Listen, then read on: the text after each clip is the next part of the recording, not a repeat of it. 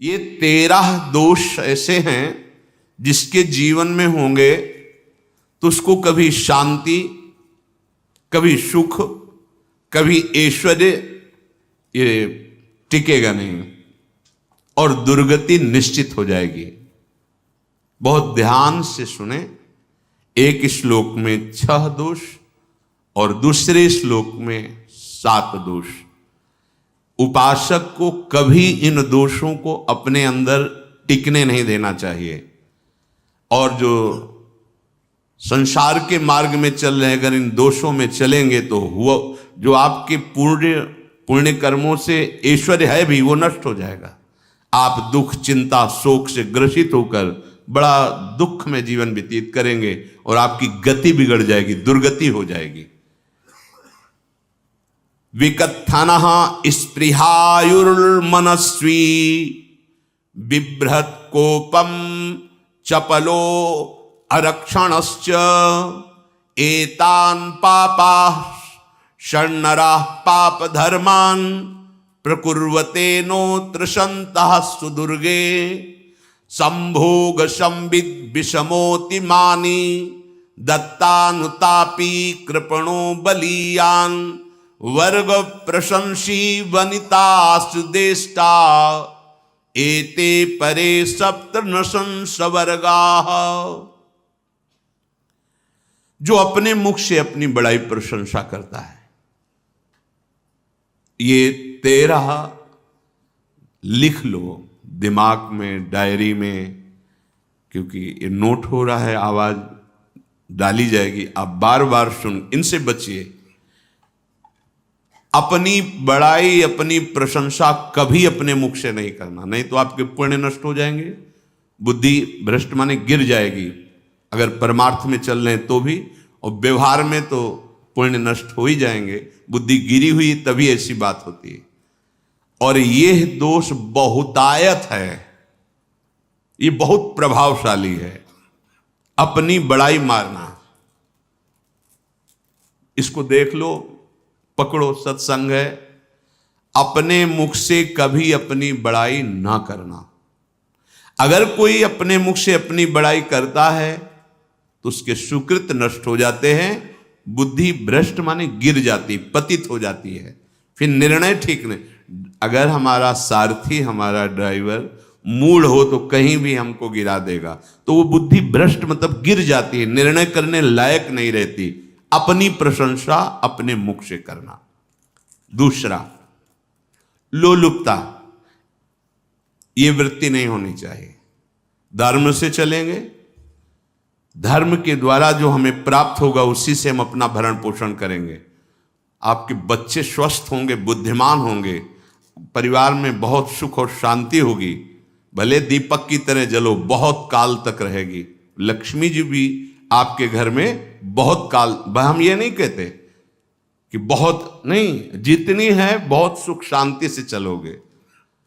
अगर लोलुपता करोगे, हिंसा, छल कपट, व्यभिचार, चोरी, ऐसे धन आ जाए, वो आएगा, लेकिन वो हाइलोजन की तरह आएगा, एकदम प्रकाश और फ्यूज, बिल्कुल अंधकार करके जाएगा। देख लेना, तुम्हारे जो सुख के हेतु हैं, तुम्हारा शरीर, तुम्हारे बच्चे, तुम्हारी पत्नी, तुम्हारा परिवार, उसको देख के तुम रात दिन जलोगे बिना आग के।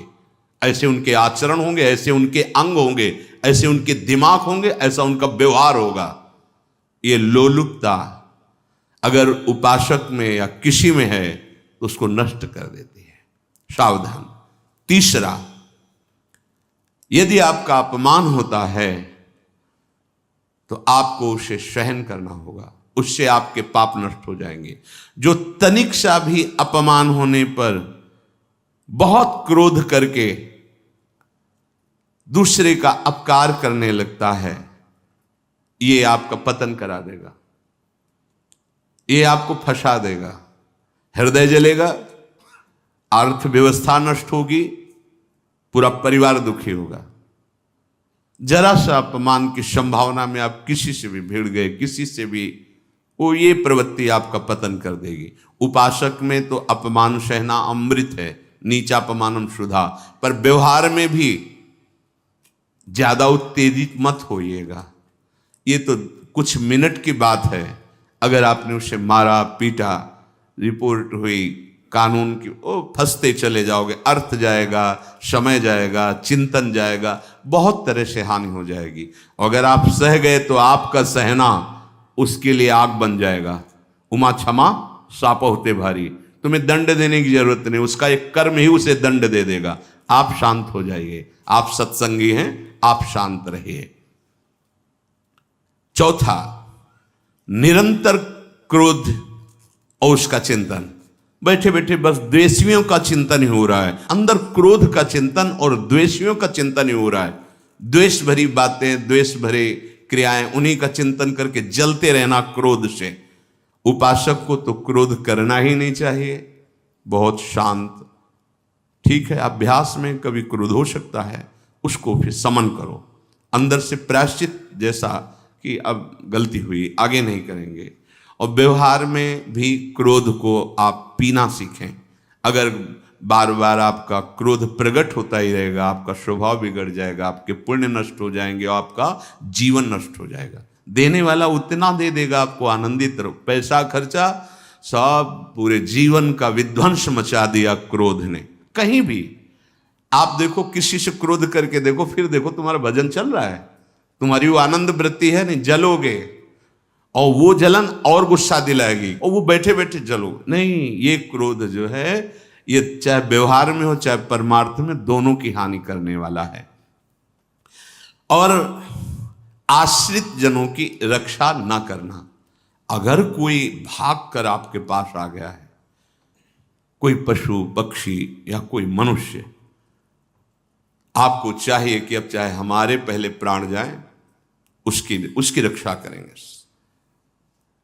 सीवी जैसे तो कोई बिरले ही होते हैं, पर इतना जरूर ध्यान रहे, जैसे कोई पशु पक्षी किसी भय से आपके सीमा के अंतर्गत आ गया है, अब उसकी रक्षा करनी है आपको।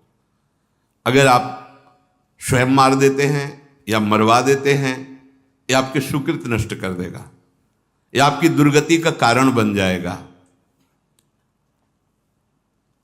और जो पाप कर्म उत्साहित होकर करते हैं, उपासक को तो बहुत सावधान रहना चाहिए, पर व्यवहार में भी जो नहीं करना चाहिए, अगर वो पाप कर्म आपके द्वारा मन में प्रेरित हो रहे हैं, संकल्प बन रहा है, क्रियाएं हो रही, दुर्गति पक्की, पुण्य नष्ट हो जाएंगे, दुख अशांति बढ़ती चली जाएगी, कभी शांति नहीं प्राप्त कर पाएंगे।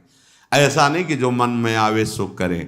पापाचरण निडर और उत्साहित होकर करना, अगर ऐसे लक्षण हैं, निश्चित दुर्गति होती है। ये 6, अपनी बहुत बड़ाई करने वाला अपने मुख से, लोलुपता, तनिक से अपमान में सहन ना करने वाला, निरंतर क्रोधी और आश्रित जनों की रक्षा न करने वाला, और निडर हर्षित होकर पाप कर्म करने वाला। दूसरे श्लोक में 7 है, 6 ये 7 हो। 1, संभोग का ही चिंतन करना, संभोग में ही मन लगाना, संभोग दूसरी स्त्रियों के साथ करने की भावना रखना।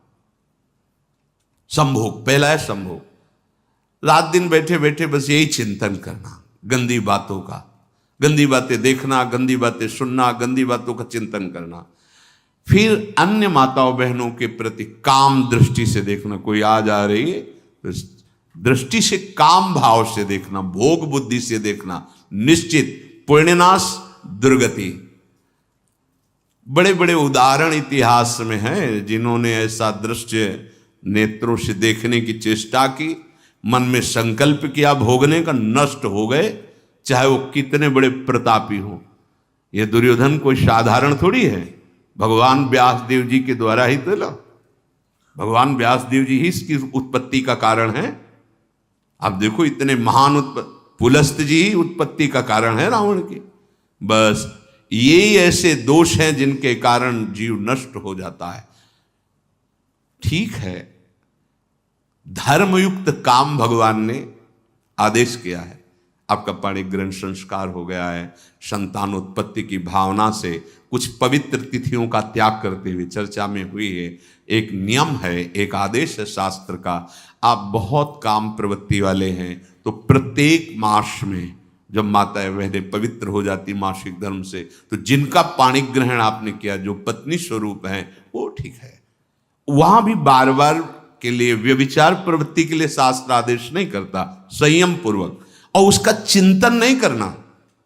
पाणी ग्रहण संस्कार है, घर में विराजमान है, एक संयम एक नियम के अनुसार उसका चिंतन तो फिर भ्रष्ट कर देगा। चिंतन प्रभु का करना है, चिंतन प्रभु की सेवा जो आपके कर्तव्य, इसके चिंतन से बचो। घातक है, बहुत बड़ा जहर है। अगर विषय चिंतन होने लगा तो मरोगे, जिंदा जलोगे, दुर्गति भी होगी। ये अंदर की जो आग है ना, कामाग्नि, ये इतनी बढ़ती चली जाएगी, तुम्हारे होश खराब हो जाएंगे कि मुझे क्या करना चाहिए क्या नहीं करना चाहिए। कोवा मदांधो मदनातुरोवा, अंधा हो जाएगा, नहीं दिखाई देगा अनुजा तनुजा क्या है कौन है, कुछ नहीं, भ्रष्ट बुद्धि। संभोग का चिंतन नहीं। धर्मयुक्त काम आदेश है शास्त्र में। यदि आप प्रवृत्ति मार्ग में हैं तो अपनी पत्नी को जो पाणी ग्रहण स्वीकार किया है, वहां भी पवित्र तिथियों का त्याग करते हुए, एकादशी है, रामनवमी है, नव दुर्गा है, जन्माष्टमी है, राधाष्टमी, जो पवित्र तिथियों का त्याग करते हुए और ऐसे जो मर्यादाएं हैं उसके अनुसार, और कहीं पराई स्त्री के साथ संभोग की बात निश्चित दुर्गति पक्की है। ऐसे ही माताओं के लिए है, स्त्री शरीर के लिए है। यदि वो ऐसी गलत चेष्टा, तो पतिवंचक परपति रति करही, रौरव नरक कल्पसत परही। ये भोग चिंतन से बचने की चेष्टा कीजिए तो क्रिया से अपने आप बच जाएंगे। क्रिया के पहले चिंतन होता है, चिंतन से ही क्रिया का आवेश आता है। चिंतन संभालिए, इसी से भगवत प्राप्ति होती है, चिंतन से, और इसी से दुर्गति भी होती है। अनन्यश्चिन्तयन्तु माम, भगवान चिंतन कह रहे मेरा करो, कर्तव्य कर्म मेरे को समर्पित करो। अब जब चिंतन संभोग का होगा तो बुद्धि भ्रष्ट हो जाएगी। ये जो राक्षसी प्रवृत्तियां सुनने को मिलती है ना, कि ऐसा हुआ, वो देखा सुना और चिंतन किए, अब इतनी राक्षसी वृत्ति आ गई कि बस अब उनमें और राक्षसों में कोई अंतर नहीं रह गया। दूसरा, विषमता रखने वाला, सबके साथ बर्ताव ऐसा कि मैं बहुत श्रेष्ठ हूं और दूसरे सब नहीं, ऐसा व्यवहार नहीं। सब भगवत स्वरूप हैं, समान व्यवहार। जैसे आपके भोजन है तो जो आप पा रहे हो वही सबको दीजिए, बैठने की व्यवस्था, उठने की व्यवस्था, क्रम बाई क्रम, पर उसको भी नीच भाव से मत देखिए। उस कोटि का उसको प्यार दीजिए, दुलार दीजिए, सम्मान दीजिए। इतनी विषमता न फैलाते रहें अपने जीवन में कि आप सबके निंदा के पात्र बन जाए। विषमता नहीं, सबको प्यार। हाँ ठीक है, पुत्र का अलग प्यार है, भाई का अलग प्यार है, पिता का अलग प्यार है, पर हमारा व्यवहार प्रीति युक्त होना चाहिए, विषमता भरा नहीं होना चाहिए। अगर हमारे चित्त में विषमता ही रही तो संसार है, प्रभु नहीं है। जीत विषम संसार कीर्ति जग बिस्तरे। जो विषमता पर विजय प्राप्त कर लेता है वही भगवत प्राप्ति का अधिकारी। ये विषमता बहुत बड़ी हानि है। तीसरी बात, अत्यंत मानी होना। जहां आपके प्राण कमजोर होंगे, पुण्य नष्ट होगा, आयुश्री सब नष्ट होना है, ऐसे आचरण करवाएगा गुरुजनों के साथ, महापुरुषों के साथ। ये बहुत नीच प्रवृत्ति है। अत्यंत मान प्रियता, मुझे सम्मान मिले, उत्तम प्रवृत्ति है। सबको मान देना, स्वयं अमानी रहना। चौथा, दान देने की बात कह के मुकर जाना या दान देकर पश्चाताप करना। दे दिया है, बहुत जल रहे हो, दूसरे से वार्ता कर रहे हो कि पता नहीं क्या यार बुद्धि में हो गया, हमने उसको इतना कहा था, उतना दे दिया, क्यों दे दिया, ऐसा, मतलब अंदर चिंतन करना, क्यों दे दिया, तो दिया। इसके बाद जो आपका ये जलन हो रही, पश्चाताप, सुकृत नष्ट हो रहे हैं। दान देकर पश्चाताप करना या दान देने की बात कह के मुकर जाना। जैसे आपने कह दिया आपको इतना इतना ऐसा, अब आप मुकर गए, ब्याज सहित तुम्हें देना होगा, ये तुम्हारी दुर्गति का कारण बन जाएगा। ऐसे ही नहीं बोलना चाहिए, बहुत होश से। वाणी एक अमोल है, जो कोई बोले जान, ये तराजू तौल के तब मुख बाहर आन। पांचवा, अत्यंत कृपण होना। ना परिवार को सुखी कर पा रहा, ना अपने को सुखी कर पा रहा है। एक एक सिक्का बैंक में जो मर गया। धन की वास्तविक गति यही है कि अपने परिवार को खूब उसकी अनुकूलता प्रदान करो, उसमें से कुछ हिस्सा किसी ऐसे को जिससे तुम्हें बदले में कुछ लेने की भावना ना हो। कोई साधु महात्मा, गाय, पशु पक्षी, किसी भी जीव बीमार है शरीरधारी, उसके जिससे कुछ कभी लेने की भावना ना हो, एहसान की भावना ना हो। सो धन धन्य प्रथम गति जाकी, धन्य हो गया उसका धन। अब वो कृपण का धन किसी काम में ना स्वसुख, ना परिवार के सुख, ना धर्म कार्यों में, व्यर्थ जीवन चला गया। उसी धन का चिंतन करना, उसी का संग्रह करना और उसी की रक्षा करते करते शरीर छोड़ देना, तो चिंतन बिगड़ गया। तो कह रहे हैं जो कृपणता है और अर्थ और काम की प्रशंसा, उसी की चर्चा, उसी का चिंतन, रुपया और भोग, उसी की चर्चा कर, जहां बैठे रुपया की चर्चा, भोग की चर्चा, जहां एकांत में बैठे उसी का चिंतन, कैसे रुपया बढ़े, कैसे भोग मिले। और अगर अवसर मिला तो रुपया अधर्म से आवे चाहे धर्म से, उसको इसकी कोई परवाह नहीं। भोग चाहे धर्म से हो चाहे अधर्म से, जिसका अर्थ और काम भोग ही चिंतन है वो धर्म नहीं। जिसका धर्म चिंतन का विषय है तो अर्थ और काम भी ऐसा होगा जो मोक्ष प्रदान करने वाला हो। धर्म, अर्थ, काम, मोक्ष।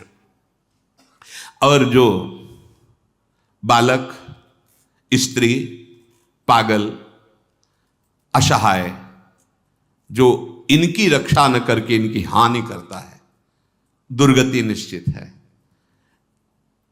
माना आपकी पत्नी है, उसका स्वभाव बिगड़ा हुआ है, क्रोधी है, कटु वचन बोल, लेकिन आपके ही प्रारब्ध के लिए, माना आपका पति ऐसा स्वभाव वाला, पर आपके ही प्रारब्ध से तो संयोग बना है आकर, अब इसका निर्वाह कर ले जाओ तो पवित्र हो जाओगे दोनों। और अगर झगड़ा और लड़ाई और मारपीट और कहीं हिंसा आदि के रूप में उतर गए तो फिर और करनी बिगड़ गई। बालक है, आप उसको ज्ञान नहीं कि आप पवित्र है, क्या आप पवित्र है, उसको ज्ञान नहीं कि आप उसके साथ व्यवहार अच्छा कर रहे हैं कि बुरा कर रहे हैं। रक्षा करनी है आपको, शोषण नहीं करना। कह रहे हैं स्त्री, बालक और पागल, जैसे विक्षिप्त है, पागल है, आपको रक्षा करनी है। बन जाए तो उसको भोजन, ऐसा नहीं कि ईंट मारो, उसको अपमानित करो। उसकी बुद्धि खराब है, प्रारब्धवशात खराब हो गई है, तो शास्त्र आज्ञा करता है स्त्री, बालक, जैसे पागल, विक्षिप्त आदि हैं, असहाय है, असमर्थ है, बूढ़ा है, वो आप सेवा भी करो तो वो गाली दे सकते हैं, उनकी बुद्धि बिगड़ गई। आपको उनको दंड नहीं देना, मारना नहीं है आपको। मान लो आपके बड़े बूढ़े बुजुर्ग जन हैं, आप सेवा भी कर रहे हो तो आपको कटु वचन बोल सकते हैं, आपकी निंदा कर सकते हैं, लेकिन आपको उनके साथ व्यवहार सद करना है।